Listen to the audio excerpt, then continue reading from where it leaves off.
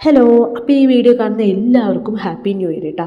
അങ്ങനെ നമ്മൾ 2024 കഴിഞ്ഞു 2025 എത്തി. എത്ര പെട്ടെന്ന് 4 വർഷങ്ങളൊക്കെ കഴിഞ്ഞു പോകുന്നത്.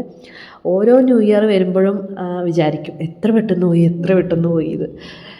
അപ്പോൾ ഇപ്പോൾ ഈ കണ്ടുകൊണ്ടിരിക്കുന്ന വീഡിയോ എന്ന് വെച്ചാൽ സൺഡേ എടുത്ത വീഡിയോ ആണ് കേട്ടോ. അപ്ലോഡ് ചെയ്യാൻ കുറച്ച് ലേറ്റായിപ്പോയി. അപ്പോൾ അന്ന് നമുക്ക് കുറച്ച് സ്പെഷ്യൽ ഉണ്ടായിരുന്നു. ബിരിയാണി, റൊട്ടി, ചിക്കൻ കറിയൊക്കെ ഉണ്ടായിരുന്നു. അപ്പോൾ ഒന്ന് രണ്ട് ഫ്രണ്ട്സ് ഉണ്ടായിരുന്നു അരുണേട്ടൻ്റെ. അപ്പോൾ അവർക്ക് ഫുഡ് കൊടുക്കാൻ വേണ്ടിയിട്ടായിരുന്നു സെറ്റപ്പ് ആക്കിയിട്ടുണ്ടായത്.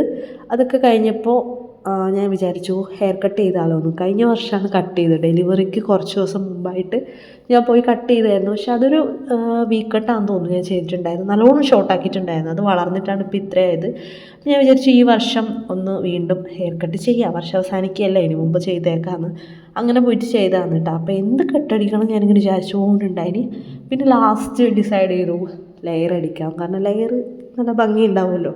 പക്ഷേ ഞാൻ നാട്ടിൽ നിന്ന് ലെയർ അടിക്കാൻ പോകുമ്പോഴൊക്കെ എനിക്ക് നല്ലൊരു റിസൾട്ട് കിട്ടിയിട്ടുണ്ടായിരുന്നില്ല. എപ്പോഴും ഇങ്ങനെ കൊളാക്കി തരുമായിരുന്നു. പക്ഷേ ഇപ്രാവശ്യം നല്ല രീതിയിൽ എനിക്ക് കിട്ടിയിട്ട് എനിക്ക് ഭയങ്കരമായിട്ട് ഇഷ്ടപ്പെട്ടു. നല്ല സർവീസും കാര്യങ്ങളുണ്ടായിരുന്നു. അവരുടെ 1.5 മണിക്കൂർ എടുത്തെങ്കിലും അതിൻ്റെ ഒരു വെർത്ത് ഉണ്ടായിരുന്നു കാണുമ്പോൾ തന്നെ.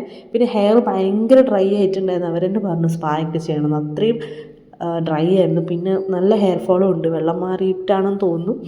പിന്നെ ഹെയർ കട്ട് ചെയ്താൽ നമുക്ക് കുറച്ച് ഷോ നിർബന്ധമാണല്ലോ, പട്ടി ഷോ. കുറച്ച് വീഡിയോസ് എടുക്കുക, ഫോട്ടോസ് എടുക്കുക, അങ്ങനെയൊക്കെ.